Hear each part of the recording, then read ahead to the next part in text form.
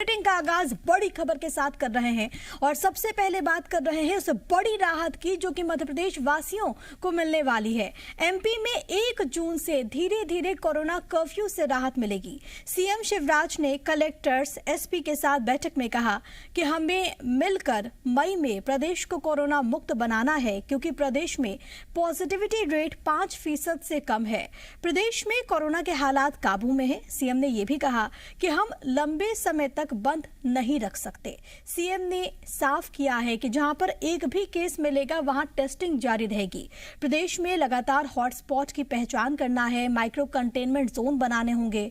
इसमें जिला crisis management committee की भूमिका सबसे अहम है। सीएम ने आगे कहा कि प्रदेश में कोरोना अभियान लगातार जारी रहेगा। किल कोरोना अभियान जो कि लगातार जारी रहेगा प्रदेश भर में।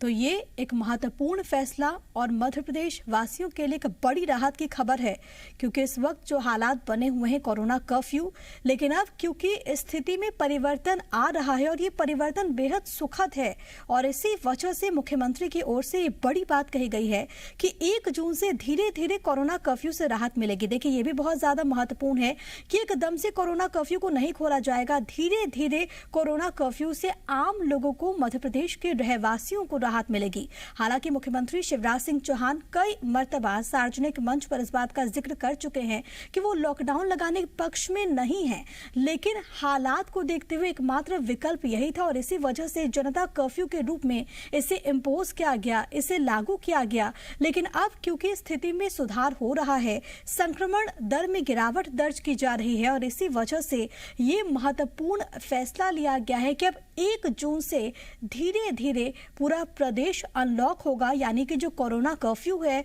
उससे राहत मिलेगी। हालांकि उस दौरान भी, यानी कि जब प्रदेश अनलॉक होगा उस दौरान भी जो किल कोरोना अभियान है वो लगातार जारी रहेगा और जो भी तमाम जो गाइडलाइंस उस वक्त जारी की जाएंगी, स्थिति के मद्देनजर उसकी पालना करना अनिवार्य होगा। ये बात भी कही जा रही है। इससे पहले आपको याद होगा कि उज्जैन में भी जब सीएम ने मीटिंग की थी तो उन्होंने इस बात का संकेत दिया था कि हम धीरे धीरे अनलॉक की दिशा में आगे बढ़ेंगे। हालांकि अब ये पूरे प्रदेश के संदर्भ में बात कही जा रही है कि 1 जून से मध्य प्रदेश को अनलॉक किया जाएगा, कोरोना कर्फ्यू से राहत मिलेगी।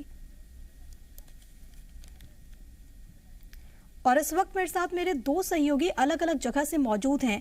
जबलपुर से मेरे साथ मेरे सहयोगी करण जुड़ गए हैं। इसके अलावा इंदौर से मेरे साथ मेरे सहयोगी अंशुल मौजूद हैं। सबसे पहले अंशुल, मैं आपके पास आना चाहूंगी क्योंकि कुछ ऐसे जिले, कुछ ऐसे हिस्से प्रदेश के जो कि सबसे ज्यादा प्रभावित हमने देखे हैं, चाहे वो पहली लहर की बात हो चाहे वो दूसरी लहर की बात हो, और इसमें इंदौर भी बहुत ज्यादा प्रमुख रहा है। लेकिन अब इस बात के संकेत कि 1 जून से धीरे धीरे हम अनलॉक करेंगे, यानी कि कोरोना कर्फ्यू से राहत मिलेगी। क्या तैयारियां इंदौर में इसके मद्देनजर? जी बिल्कुल, आपको बता दूं कि इंदौर में अब 1 जून से आर्थिक गतिविधियों को धीरे धीरे चालू किया जाएगा और इसके लिए कल से ही प्रशासन ने अपनी तैयारी शुरू कर दी है। फिलहाल इंदौर में 1 जून तक सख्त लॉकडाउन लगाया गया है और किराना और सब्जी को भी पूरी तरह से बेचने पर प्रतिबंध किया है ताकि जो कोरोना की चेन है उसे तोड़ा जा सके। और 1 जून से उसके बाद किराना और सब्जी में धीरे धीरे पाबंदियां हटाई जाएगी। सबसे पहले किराना और सब्जी का वितरण जो है वो शुरू किया जाएगा और उसके बाद अन्य आर्थिक गतिविधियों को धीरे धीरे अनुमतियां दी जाएगी। लेकिन इसी के साथ कोरोना के लगातार मरीज जिन स्थानों से मिल रहे हैं उन स्थानों को माइक्रो कंटेनमेंट जोन घोषित किया जाएगा। इन स्थानों पर अलग अलग जो मरीज आ रहे हैं उन स्थानों को सील किया जाएगा और वहां पर आवाजाही पर पूरी तरह से प्रतिबंध रहेगा। इन माइक्रो कंटेनमेंट जोन को बनाने का सीएम ने भी निर्देश दिया था ताकि इन इलाकों को छोड़कर जहां पर मरीज नहीं है, जहां पर कोरोना संक्रमण का असर नहीं है, उन इलाकों में आर्थिक गतिविधियों को प्रारंभ किया जा सके। इसकी तैयारी भी प्रशासन ने शुरू की है। और अब जहां पर मरीज मिल रहे हैं, क्योंकि लगातार मरीजों की संख्या भी अब घटती जा रही है, जहां पहले इंदौर शहर में प्रतिदिन 1500 से 1600 तक इस आंकड़ा जो है कोरोना पॉजिटिव मरीजों का जा रहा था वो भी लगातार घट रहा है और अब 800 से 900 के आसपास प्रतिदिन जो आंकड़ा है वो पॉजिटिव मरीजों का आ रहा है। और संक्रमित मरीज जो कि एक्टिव केसेस की यदि बात की जाए तो वो भी अब 10,000 के अंदर हो चुके हैं और लगातार इस आंकड़े में भी गिरावट जो है वो दर्ज की जा रही है। यही कारण है कि अब 1 जून से आर्थिक गतिविधियों को खोलने के लिए भी प्रशासन अपनी तैयारी कर रहा है। इसके लिए प्रशासनिक स्तर पर भी अलग अलग अधिकारियों की नियुक्ति की गई है, अलग अलग अधिकारियों को जिम्मेदारी दी गई है और पुलिस और प्रशासन साथ में मिलकर माइक्रो कंटेनमेंट जोनों की तैयारी करेंगे और जहां भी पॉजिटिव मरीज मिलेंगे उन इलाकों को सील कर ठीक है, अन्य ये इलाकों बहुत को ज्यादा महत्वपूर्ण है। हालांकि केंद्र की ओर से भी तमाम राज्यों को माइक्रो कंटेनमेंट जोन को लेकर आगे बढ़ने की बात कही गई थी और प्रदेश सरकार भी इसी को लेकर आगे बढ़ेगी, यानी कि जो वैसे इलाके जहां पर ज्यादा केस है उसको छोड़कर बाकी जगहों पर ये रियायत दी जाएगी। मेरे साथ प्रमोद भी मेरे सहयोगी भोपाल से जुड़ गए हैं। करण, मैं आपके पास आऊं उससे पहले जल्दी से प्रमोद आपके पास आते हुए, ये बात अपने आप में बहुत ज्यादा सकारात्मक है और अगर हम आंकड़े देखें तो हालात सुधर रहे हैं प्रदेश में, संक्रमण दर में भी गिरावट यहां पर दर्ज की गई है। लेकिन क्या ये तमाम चीजें इतनी आसान होंगी इस वक्त की स्थिति को देखते हुए भी?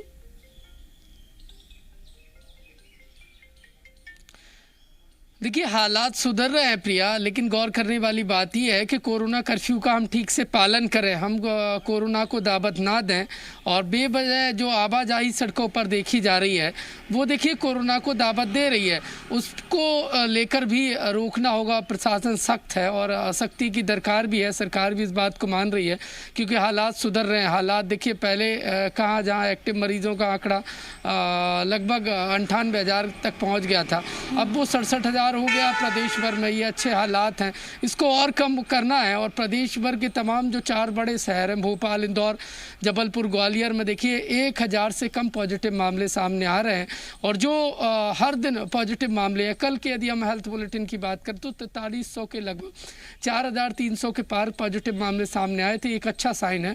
और जो पॉजिटिव दर है जो कुल जाँचों की वो भी लगभग 5 हो गई है, अच्छी और राहत भरी खबर है। लेकिन अभी देखिए ढीला की ज़रूरत नहीं है, अभी भी लापरवाही की ज़रूरत नहीं है। यदि हम लापरवाही बरतेंगे तो कोरोना को कंट्रोल नहीं कर पाएंगे। ये देखिए आम लोगों को भी समझना होगा, उन्हें जागरूक करना होगा, उन्हें अपनी जान के साथ साथ अपने परिजन और बाकी अन्य लोगों की जान की चिंता करनी होगी और इसके लिए बेहद ज़रूरी ये है कि कोरोना कर्फ्यू प्रभावी रहे। देखिए प्रशासन सख्त हो चला है और ज़रूरी भी है। कई जगह ये तस्वीरें निकल कर सामने आ रही थी कि लोग तफरीहबाज मानने के लिए तैयार नहीं है। भोपाल कलेक्टर ने जिस तरीके से तफरीहबाजों के लिए चेतावनी दी है कि तफरीहबाज मान जाए अन्यथा उनको जेल में डाला जाएगा, और ज़रूरत भी है क्योंकि कुछ लोग ऐसे हैं जो इस बात को नहीं मानते हैं और अलग अलग बहाने करके कोरोना कर्फ्यू के बीच में निकलते हैं और वो संक्रमण को दावत देते हैं। यही वजह है कि पिछले दिनों जो मास्क को लेकर लापरवाही बरती गई थी, सोशल डिस्टेंसिंग की जो धज्जियाँ उड़ी थी, यही वजह रहा था कि कोरोना संक्रमण का ग्राफ एकाएक इतनी तेज़ी से बढ़ गया था। फिर लेकिन सख्ती का असर हुआ है, सरकार की जो तैयारियां थी और मुख्यमंत्री लगातार जो काम कर रहे थे उसी का ये परिणाम है कि कोरोना कंट्रोल होता नज़र आ रहा है। ये राहत भरी खबर है, लेकिन अच्छी खबर तब होगी जब हम कोरोना को पूरी तरीके से कंट्रोल कर लेंगे और उसके लिए ज़रूरी है प्रशासन की सख्ती और आम लोगों की जागरूकता। लोग इस बात को समझें, मास्क का ठीक तरीके से पालन करें, सोशल डिस्टेंसिंग का भी पालन होता रहे, उसके साथ साथ कोरोना कर्फ्यू प्रभावी रहे। देखिए जी मध्य प्रदेश, छत्तीसगढ़ लगातार लोगों से यही अपील करता आया है कि मास्क पहने, मास्क ही आपको कोरोना से बचाएगा। सोशल डिस्टेंसिंग का भी पालन करें और कोरोना कर्फ्यू जो प्रभावी है, जी मध्य प्रदेश छत्तीसगढ़ की लोगों से अपील है कोरोना कर्फ्यू का पालन करें और जब तक कोई अर्जेंट जरूरत नहीं है, कोई इमरजेंसी नहीं है, तब तक ज्यादा जरूरी है कि तमाम जो एहतियात है वो आम जनता बरते और जो भी गाइडलाइंस है उसकी पालना करे। इस बीच मेरे साथ मेरे सहयोगी शैलेंद्र भी जुड़ गए ग्वालियर से। शैलेंद्र, मुख्यमंत्री की ओर से तमाम बड़ी बातों का जिक्र किया गया। एक बड़ी बात ये भी है कि हम मई में प्रदेश को कोरोना मुक्त बनाएंगे, लेकिन इसके लिए बहुत ज्यादा महत्वपूर्ण ये है कि आम जनता सहयोग करे तभी ये सपना साकार हो पाएगा। अगर हम वहां की बात करें तो वहां की जो आम जनता है वो कितनी अपनी सहभागिता सुनिश्चित कर पा रही है, कितनी तैयार है आम जनता इसके लिए? देखिए प्रिया, अगर लोगों की सहभागिता की बात करें तो बड़ी संख्या में लोग ऐसे हैं जो कहीं ना कहीं सरकार की गाइडलाइन का पालन कर रहे हैं और वो घरों से नहीं निकल रहे हैं। जिस तरीके से पूरे मध्य प्रदेश में जनता कर्फ्यू लागू है और ग्वालियर में भी उसी कड़ी में जनता कर्फ्यू और सारी दुकानें जो हैं वो बंद हैं, केवल आवश्यक सामग्री की होम डिलीवरी ही की जा रही है। ऐसे में सारे लोग जो है वो घरों पर हैं, केवल सब्जी और अन्य जो सामग्री है वो उनके लिए होम डिलीवरी की जा रही है और यही कारण है कि जो ग्वालियर में एक्टिव मरीजों की संख्या लगभग 14,000 हो गई थी वो घटकर अब 5,000 पर आ गई है।